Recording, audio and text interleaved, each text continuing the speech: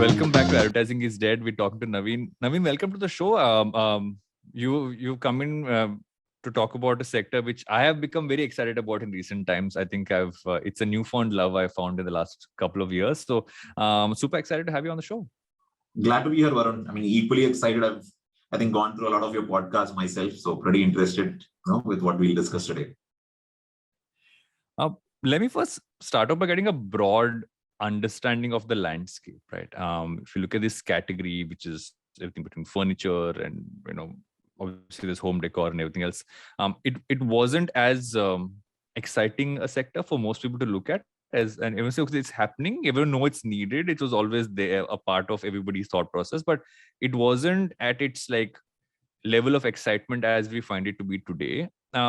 What has really changed in the last few years that's really kind of pushed this to the forefront, just in terms of overall sentiment?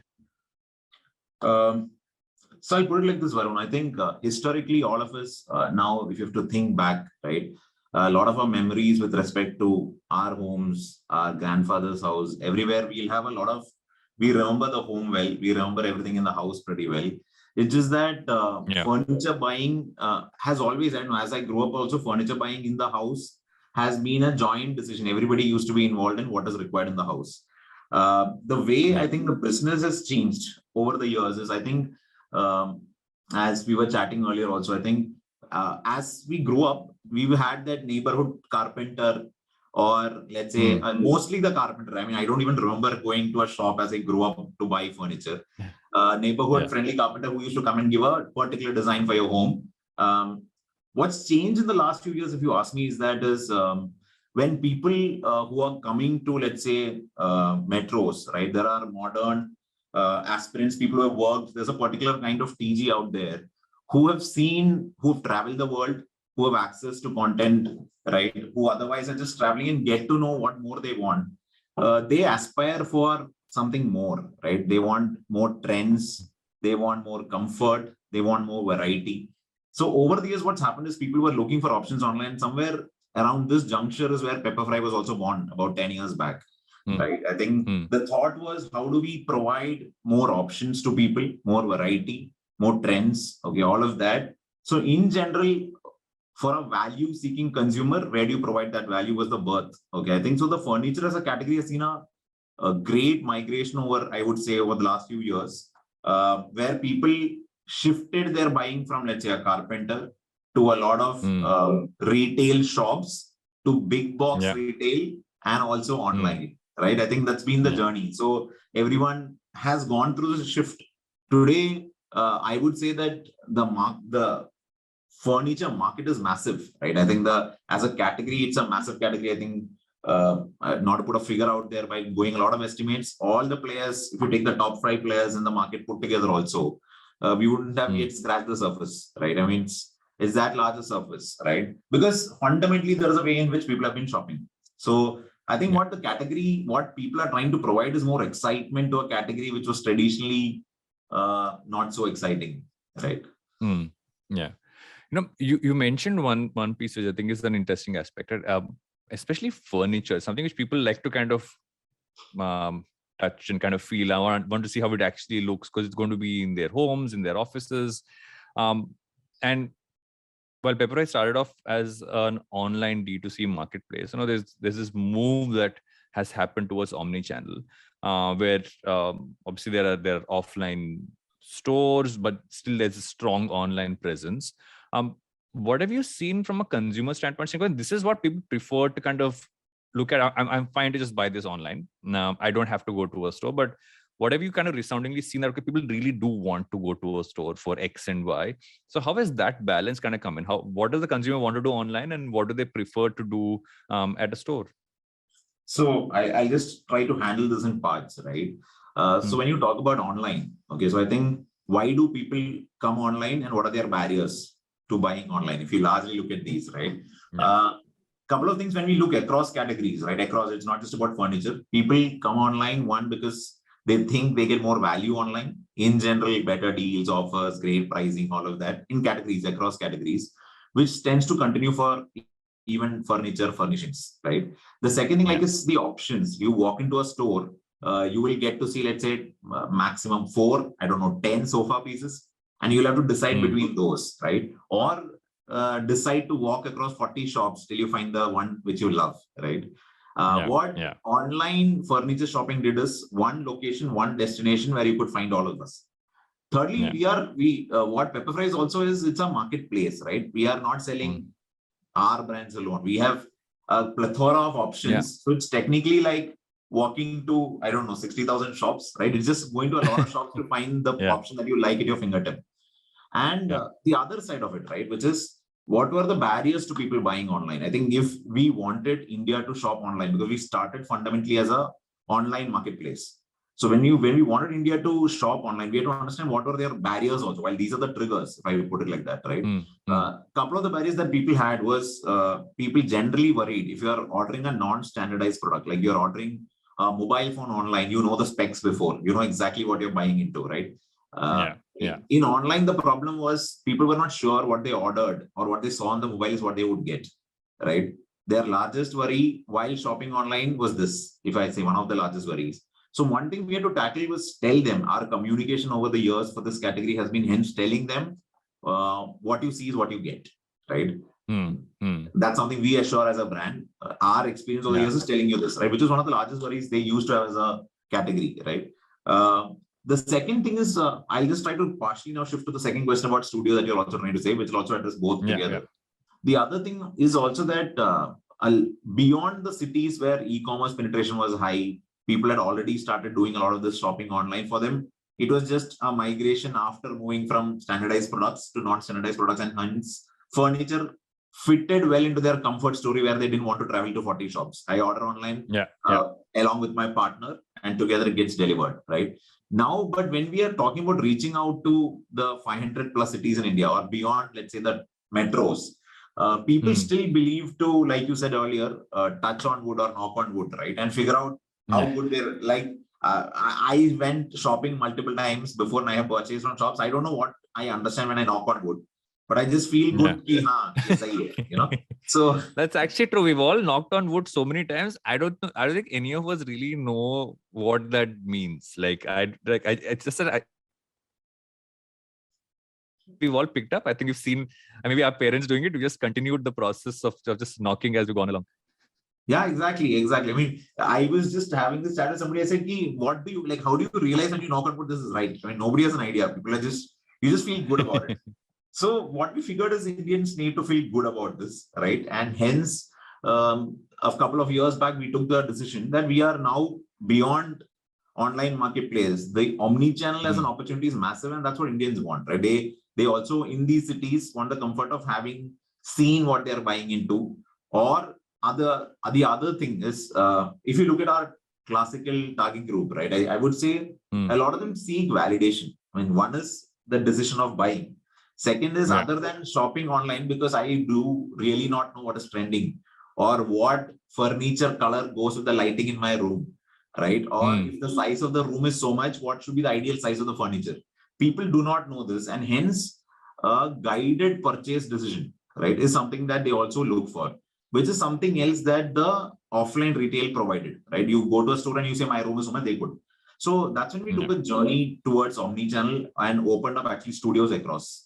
So there are two things. One is, like I said, people can touch and feel what they're buying into. But the larger part, I believe, which I think all of these people know, is I don't know decor myself. So if I was doing furniture for my home, I always wished I would take the support of somebody who knows the field and explains it to me. And that's what the studios does. So today, we would reach 100 to 150 studios across, So that's a lot of places we are getting. Our ambition is to reach out to as many Indians through both these models put together. And the classical difference that our studios provide as against any other physical store, which is the other part which I wanted to bring in, is that our studios offer 60,000 furniture pieces, right? And what I'm trying to say is, you walk into any other store, you see the 10 pieces, which I started off earlier with. Whereas in our studio, while we have displayed some, the majority of the sale actually happens on the assisted selling, which happens on a computer. Because now that they've seen this is the furniture motif, we show them what is the fabric, for example. After that, we say, this fabric, why don't you try in this design, right? And that's how the sale happens. And I think that's an interesting blend of digital to into physical, right? Because that made it, and I think that's the most interesting aspect about bringing digital into a physical store is that you're suddenly saying, I'm not giving you just the 10 options you see, which is what, and I agree with you. I have in the past walked from store to store, everything. Okay, I like one thing here, I like one more thing there, and it's this long process of things. But are you seeing that the in-store experience then evolves to saying, okay, we're going to help you across every aspect of you planning, putting it together, and then you almost become a core part of the life cycle for anyone doing their home now, but also then over time adding more to it and going ahead? Yeah, and what I also say, right? I think going to what you say is right, and what I also say is that is the comfort that we bring in. Okay, is let's say somebody has shopped with us, sitting in Kollam in Kerala, right, and he has gone to a store there and purchased, right? He or she, and now let's say they migrate from there to let's say Bangalore, right? And the comfort that we provide, you move to Bangalore or you move up north Delhi, right? You can go to the same Pepperfry studio, right? You know that the store that you went to in Kollam, I can go to the same store in Delhi and purchase this product, which is a comfort which did not exist in the past in this category at least, right? As in most of the large retail players don't go beyond 23 cities, for example, right? 23, 24, 25. So how do people get that comfort of a known brand, which I've seen in offline? I'm talking only offline here. Give me access in multiple other cities. So that's another comfort also we bring in as a brand. You mentioned the word migration a few times, and while I rarely do this, I'm intrigued by a term you used in a recent interview where you said what you're seeing is the reverse of reverse migration. So if I didn't ask you what that meant and why you see this happening, I would just be missing the opportunity to add another term to the listeners' vocabulary. So what is reverse of reverse migration? So I'll put it like this. A lot of our early business, again, I'm saying early business came because people were moving from their hometowns to where they were working, right? And when they came to new cities, it was the easiest because you did not know the locality. Like, let me take the example which I took earlier. You moved from Kollam or Nagpur to Bombay, and you do not know your locality, and hence you do not have a carpenter that you knew that you could call. These are the people who shopped with us first, right? Because this is the easiest access they had. The second thing that happened with the pandemic being around is that a lot of these people now went back, right? Because they could work from home. And hence, I would say that's what the reverse migration was all about. Because in the last couple of years, people went all back to their homes. And now when they went back to their home, again, there was another thing which worked for us is that people had to work from home. They needed work from home furniture, for example, right? So there was this entire wave that we saw and we are still seeing for that matter, where the entire, let's say, work tables, right, or chairs, etc., are picking up because people just wanted to get them to be more comfortable if you're sitting at home and working. What's happening as we speak is a lot of India is opening up or has already opened up, right? And hence a lot of these people who have moved from the 1 BHK, 2 BHK, 600, 800 square feet homes of, let's say, Bombay and gone back to their, with respect to Bombay, I would say palatial homes back in their villages. Anywhere else is palatial, I agree. So now having lived there with that comfort, okay, and they're coming back to their business towns, let me call it, or where they work, right? Now, what is happening, the entire reverse of reverse migration I was tracking is these people are now coming back and they are not coming back with the same mentality they first came to that town with. Now they have figured they could have a great lifestyle along with comfort and everything at their home, and they don't need to compromise on their lifestyle as they did first. Okay. And which is why we believe that now the reverse of reverse migration, which I was referring to, is all these people coming back is not similar. Their mentality, their place of being is not the same as they were before. And it is not just got to do with this. It's also got to do with how all of us individuals have changed over the pandemic, right? I mean, we are all, we all take a little bit more care of ourselves and I think the people around today, right? All that put together, I believe people will now invest a lot more in the space they are in, a lot more on comfort, because earlier, let's say we were saying there were sofas at home, which were more great looking, but when people had to sit on it for 25 days, they figured I need comfort, right?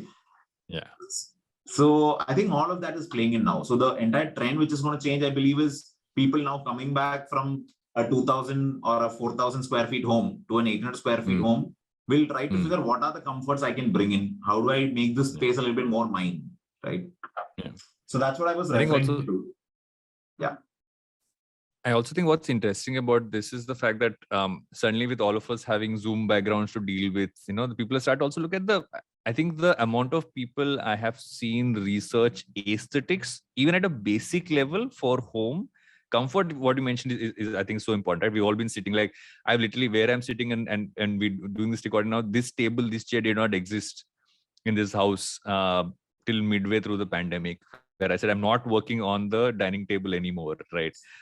So I relate with that in so many levels. But what I've also seen is people are trying to figure out, okay, what can I kind of do? And it's also, I feel the beauty of the online space is that once you start discovering one or two things, it becomes that the tendency to add to cart, if not actually hit buy, is very high. Like you're gonna keep those things around to think, I might want to buy these, might want to add these in there. So comfort, aesthetics, do you see any other aspects really kind of changing, especially as we go ahead, as this now we're kind of coming back to whatever, I hate to use the word new normal, so I will not use that term. I'll say whatever state we seem to find ourselves in right now. Are you seeing more trends in terms of what people are gravitating towards within this category that are going to see a lot more growth? So I'll put it like this, right? I mean, without getting into specifics, I would say overall specialized needs will continue to evolve and emerge. And when I say specialized, earlier you needed a sofa. Okay, I'll put it like that. Today, when people in Bombay are looking for a coffee table, okay, they really get a kick when a greatly designed coffee table has the entire seating go into it, right? Because it's compact, right? So while compact has always been a need and ask, I think today's point is compact furniture sometimes never looked, if I might use the word, never looked sexy. Right. So if you want to get great looking compact furniture, that's something people really. So in fact, we find people buying furniture while they're compact, not because they're compact, because they're great looking addition to their decor. Right. So I think the journey would be, in general, I think specialized needs will keep evolving. And there are many. So without getting into it, I mean, today we have multiple of those which are very specialized categories within the category. So I think that's a trend that will continue. It's just like I said, while work from home was one of the specialized categories, we see a lot more trends that will emerge. But yes, that's one thing I think that will continue. The second thing is, I think Indians today, I would say that generally when we travel, we have a habit of picking a lot of things on the way, right? Let's say I go to Ooty, I go to London, I don't know. You travel, you pick up things memorably to come back and put on your shelf. Okay. I think in general, what will also happen now with people having spent a lot more time is their spend on decor in general at homes are going to increase. It's not just while you earlier picked up when you traveled. I think today people invest a lot more sitting at home, right? It is not just a collection of memories. It's a collection of how you want your space to speak for yourself. And I was like having the Zoom chat with one of my friends, and he's a great fan of Rafael Nadal, right? So, and he had a poster put up behind because in his Zoom video, he has that behind him, right? Because he needs it. So I just see that people in general are investing a lot towards this. Again, if anybody's watching this video on YouTube and stuff, doing a podcast, literally behind me, you will see that there was a lot of stuff that was collected over the pandemic to go into at least this part of where I sit.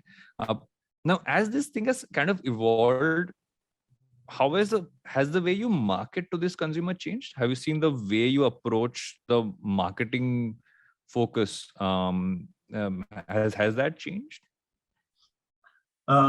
So I'll put it like this. The consumers, right, whom we were trying to reach out to, because it's a vast universe, okay, and we are trying to reach out to some specific set within that. The consumers that we are trying to reach out to, the journey they have undergone, right, over the, I would say over the last 10 years, but also over the last 2 years, etc. We try to be in sync with that. Okay. And what I'm saying is, one is emotionally, but secondly is also what are their needs in general with respect to time, right? So I'll take this in 3 parts, if I may, right? So one, I think that it's very relevant that you speak the mindset or the mental mood they are in. So our communication in general, we try to sync with that, because there was a time, I would put it like this, we run a campaign called Furniture Mania, which is a time when a lot of furniture gets sold, right? And we were running that, and suddenly I think the second wave hit. And we figured that's not the time we continue this, right? So we took it off and we try to connect with them on what they are otherwise needing, right? And that's the time when we actually work with our sellers, everyone in general, to ensure they are on track to what they are doing as a business. The second part is I was also thinking about keeping this aside, in general, the channels through which we reached out to them. So while we as a brand have been traditionally operating on all channels, okay, I would say TV, outdoor, digital, all of them. Over the last 1.5 years, we have taken a call to move out of all of this and reach out to consumers through digital as a medium. Because one, people were indoor, so it didn't make sense in doing a lot of outdoor. Secondly, we found that a lot of digital consumption was happening, which was being the trend. I myself have seen a lot of sitcoms and series I otherwise wouldn't have. So I think we reached out to people digitally. Now that things are opening up, okay, I think we have reached to a point where we are now slowly going back to a mix of modes of channels. So our campaign, which happened, the 10th anniversary campaign for Pepperfry, which happened in Jan, our campaign then was a mix of all of this, like we traditionally used to do. Of course, the percentages did get impacted by how we communicated. And thirdly is what I talked about, the sentiments of their purchase buying behavior, right? So their needs, like for example, the entire work from home as a category, which I was talking about earlier, saw a massive rise. While Diwali was ongoing, there was a massive rise before and after that on that category as well. So we knew if that's what people wanted to buy, there's no point now you talking to them about this great lounger you should buy, right? Yeah. So we try to figure out what is their needs and try to sell. A lot of sale has happened also because of related categories of purchase, like you buy something and we talked about often bought with, right? Why don't you try this if you're buying this, etc. So it's a mix of all of this. I would say it's while there is how do I say a million data points at work at the back end, right? The output of that is largely understanding what does the consumer want and what does each individual consumer want differently, and not saying one language to all. And which is our largest strategy, if you ask me, as a marketing going ahead also for this year and ahead, which is if you really need to talk to the consumer beyond the metros, right, and reach out to, let's say, the top 80 cities, etc., it's very critical that you connect with each of them differently, right? And that's our larger approach that's going to be, because we will want to talk to the person sitting in Tirunelveli in a language or modality or a decor that he appreciates and understands. So that's the journey that we want to make going ahead in our, the next few years. Now, I have a bunch more questions to ask you, but I know we need to go for a break. So I'm going to quickly do that and we'll right back with advertising instead. Hey everybody, it's been another great week on the IVM Podcast Network. On Advertising is Dead, Varun speaks with Shashank Mehta, founder and CEO of The Whole Truth Foods. He shares his own journey of moving from eating mostly junk food to starting an enterprise that produces health foods with clean ingredients. The Simplified hosts explore the fascinating topic of mimetic theory and entrepreneur Peter Thiel's interpretations of how anthropologist Renee Girard speaks about it. On Pulyabazi, Pranay and Saurabh analyze how organic farming has affected Sri Lanka. Marathi Kirkithan has a fascinating episode where the Deshmukhs decode one of India's most celebrated poems. And on Say No to Drama, Chetna unfolds some truths about getting a promotion and the drama around it. Do follow us on social media. We're IVM Podcast on Twitter, Facebook, Instagram, and LinkedIn. And remember, if you're enjoying this show or any of our other shows for that matter, please do tell a friend. Also, don't forget to rate us on any of the platforms you might be listening to us on. And do check us out on YouTube. We're building a whole bunch of different channels. You can find them on ivmpodcast.com/YouTube. And we're also doing a small listener survey, which we would really appreciate your help with. It helps us kind of talk to advertisers. So you could go to ivmpodcast.com/survey. It'll just take a couple of minutes and it would be really helpful to us. We do appreciate this. And finally, we'd like to thank our sponsors this week, SBI Life Insurance and the India Water Portal. Thank you so much for making this possible. Welcome back to Advertising is Dead. We're still talking to Naveen. I want to take a step away from what we've been talking so far and actually talk about your journey as well, right? I mean, prior to joining Pepperfry, you spent a large part of your career working at Asian Paints. And which is why when you're talking about the in-store experience, I was also thinking about the fact that there obviously be learnings from your Asian Paints time. But as you moved from Asian Paints to Pepperfry, what have you had to almost relearn and what have you had to unlearn, if I have to put it that way, just in terms of not just how the companies work differently, but I feel more in terms of just because the sector shift of sorts within the industry, what have you had to evolve? What have you learned? So I'll put it like this. I think over I think I've spent about 10 years with Asian Paints. And now coming here, the journey has been like this. I think the consumers are fundamentally, I wouldn't say similar. I think the person you sell a chocolate to, okay, or the home you sell the chocolate to and the home you sell the furniture to is the same. It doesn't change too much, right? So hence, the emotions of the consumer are very similar. I think what has changed is how do they relate to the category differently, because those are a lot of learnings differently, right? How does the same consumer relate to this category, which is a different story altogether? Yes, I think like you said, Asian Paints has been a company which operates largely across, I mean, they're a large player across markets, right? And there are great learnings in marketing that have come from there. I think the fundamental ABCs of sales or marketing that I've learned, I've picked it from there, right? That's it. What is the learning that carries forward, and what is that I had to unlearn or relearn? I'll put it like this, which is, I think, the fundamental operations. How do you reach out to a consumer? How do you empathize with the consumer to give more, right? I think that's what is important, because it's not about trying to figure out how do you catch the consumer or what you get. I think the empathy is the core of marketing for me, and that's something that we would have picked from there. What they have to unlearn is, I would say that here, Pepperfry operates direct to consumer, right? In Asian Paints, while we communicate to the consumer, the paint technically gets sold to a retailer who then sells it to a consumer, right? And hence, a lot of the work and effort happens in also training all these channels to get that delivered. Whereas here, the idea is, I think, on a day-to-day basis, we directly talk to the consumer, and a sale that I do today has an impact today, right? And a decision taken today has an impact in 1 hour.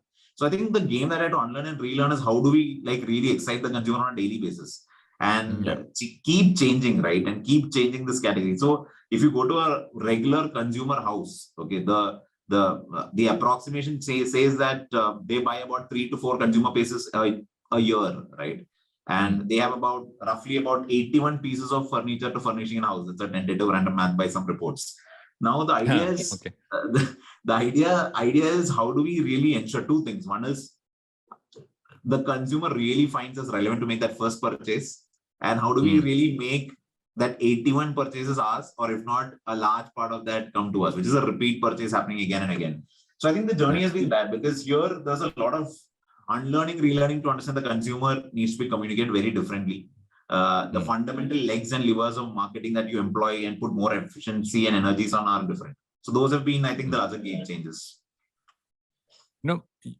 Early on, you'd spoken about, if a person moves from city to city, the experience kind of stays the same. They can pick up where they left off as one way to kind of continue having a long-term relationship with the brand. What else have you seen are the needs for today for a consumer to say, especially in this category, to say that, okay, this is the brand I'm sticking to, this is the company I'm sticking to kind of, it's not just one purchase, it's like post-purchase, it's about future purchases. How do you kind of keep that consistent, just in terms of for someone to keep coming back and to, because there is a large amount of trust that comes with it, but also a large amount of community building that comes with it as well. So how do you approach that aspect?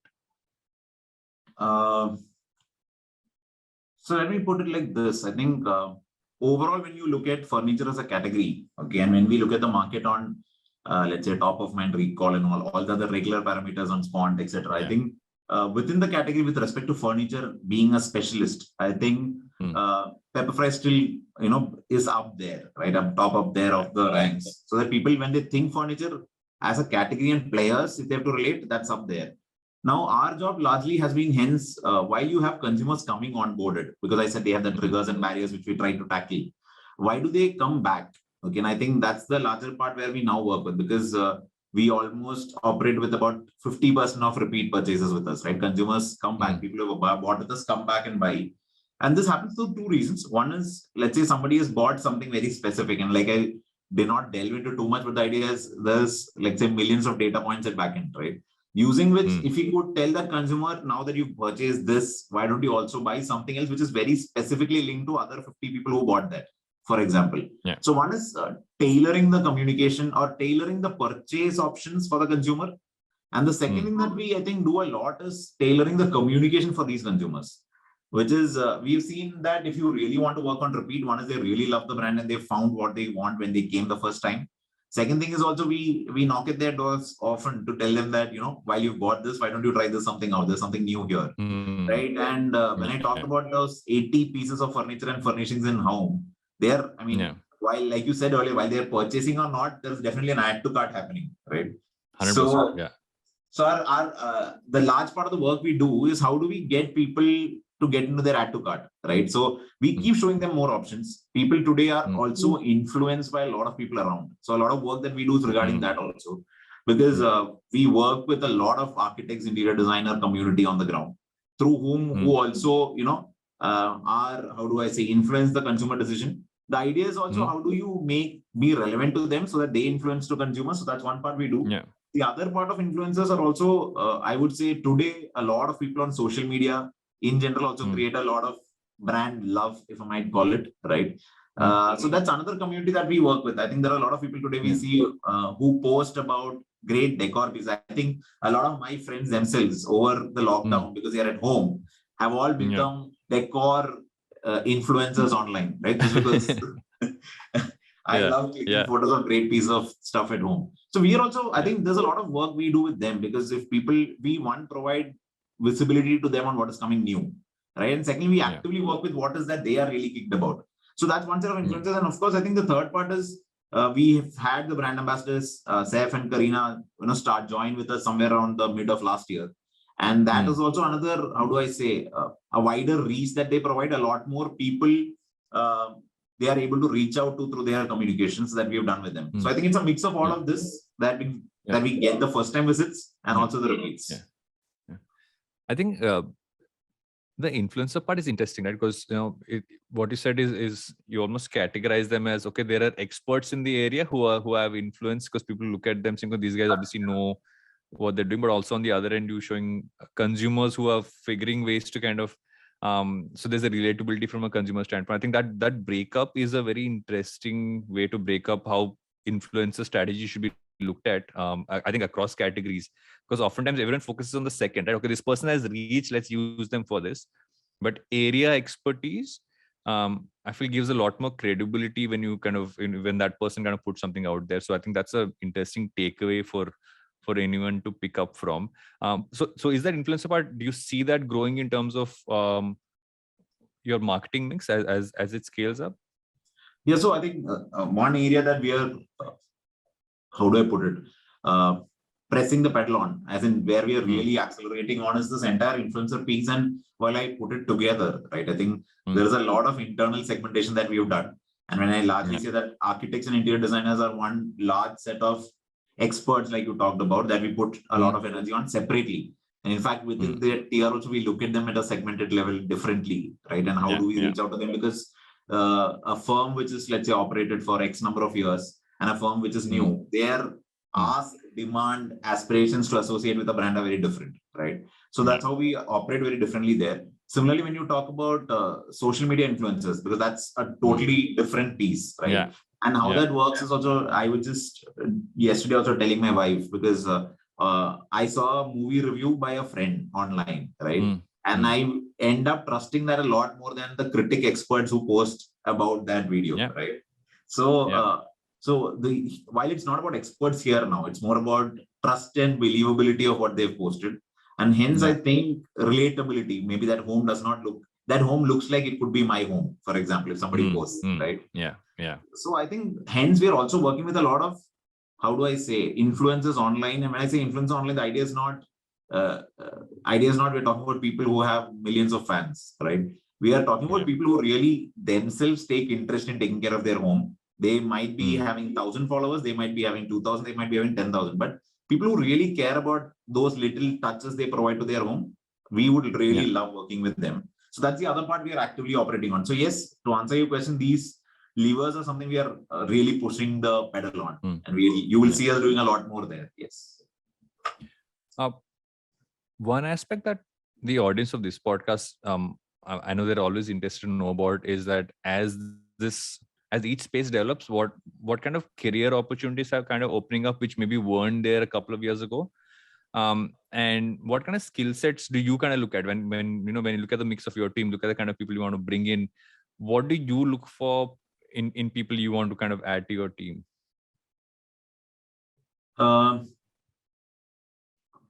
So two parts. I think in general, we all talk about this internally. I think there are people that I look for or we look for in general as an organization are those that have that spunk, if I might say, right? As in that added spark to do something hatke. Okay, if I put it like that.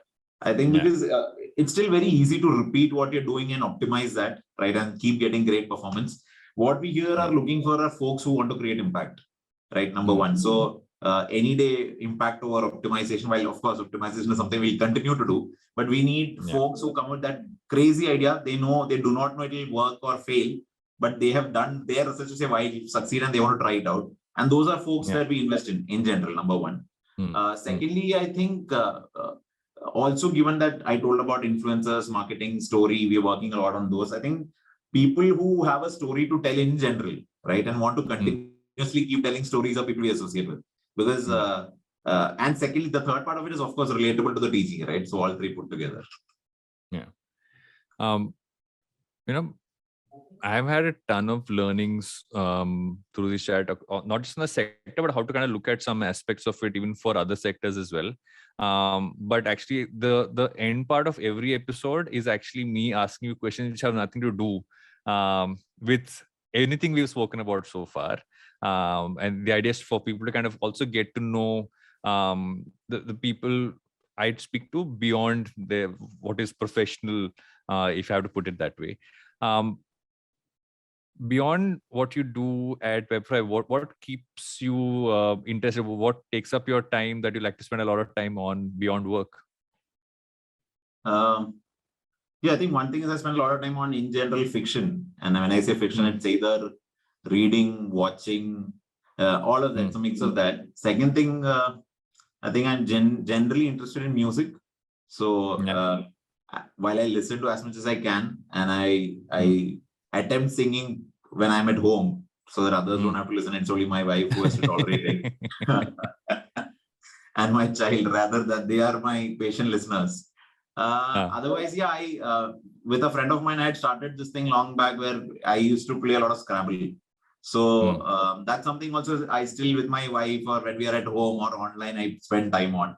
Have you transitioned to Wordle now, like everybody else seems to have? Yeah, exactly. That's the current craze. So yes. So that's a couple of things. And I also enjoy photography if I could get time, but of late, extremely less on that. If you didn't do what you were doing, what was was there ever another career which you thought you might want to do, or was this always one of the core ones there? What else would you have been if you weren't this? So when I was in 9th standard, I thought I'd become an aeronautical engineer. So rockets and spaceships, maybe, that's where long back I had. But then I think over my career, I did a couple of internships in that space, etc. And somehow I ended up in marketing. I think at some point in time, all of us wanted to do something that is either in the air or in space. And weirdly enough, I don't know if you ever got this advice. Someone told me you have glasses, so you can't do anything in this space. Was weirdly, I've had at least 4 people tell me that when I was a kid. In hindsight, made no sense because it's not, I don't think you only can't be a pilot if you have glasses. But yes, I don't know if you ever got that piece of advice from anyone. Not yet, but that's an interesting piece of advice. What can you put together in an instant? Sorry? What can you put together in an instant? What can I put together in an instant? I can pick up random songs and put random lyrics to it and sing because as music and lyrics person, I'm more of a music person than lyrics. So my wife says, where did this lyric come from? In all these episodes we did on this show, this has been an answer I've never gotten. Right? It's one of those so I always try to pick which are the unique ones which have never been brought up. This would have to be the first. You also mentioned that you consume a lot of fiction, right? Anything that that you've read, watched, or listened to recently that you recommend? Anything that I've watched recently? So this is an old movie. I just ended up watching it again. So hence. I would just recommend that it's Moneyball. So I just ended up watching it again recently. And I think for some reason keeps staying. It's interesting fiction, reality, mix of all put together, right? So I think that's something I would recommend right now. Yeah. Thank you so much, Naveen. Thanks for coming on the show. it's an exciting sector, and I'm happy it's finally a sector that's exciting for everyone. And more than anything else, I think that there's a ton of insights that everyone kind of take from this and kind of build into their thought process as professionals, as marketers, etc. So thanks for coming on Advertising is Dead, and sharing all of this with us. I had a great time too, Varun. I think it's been a while, but it was a great interaction.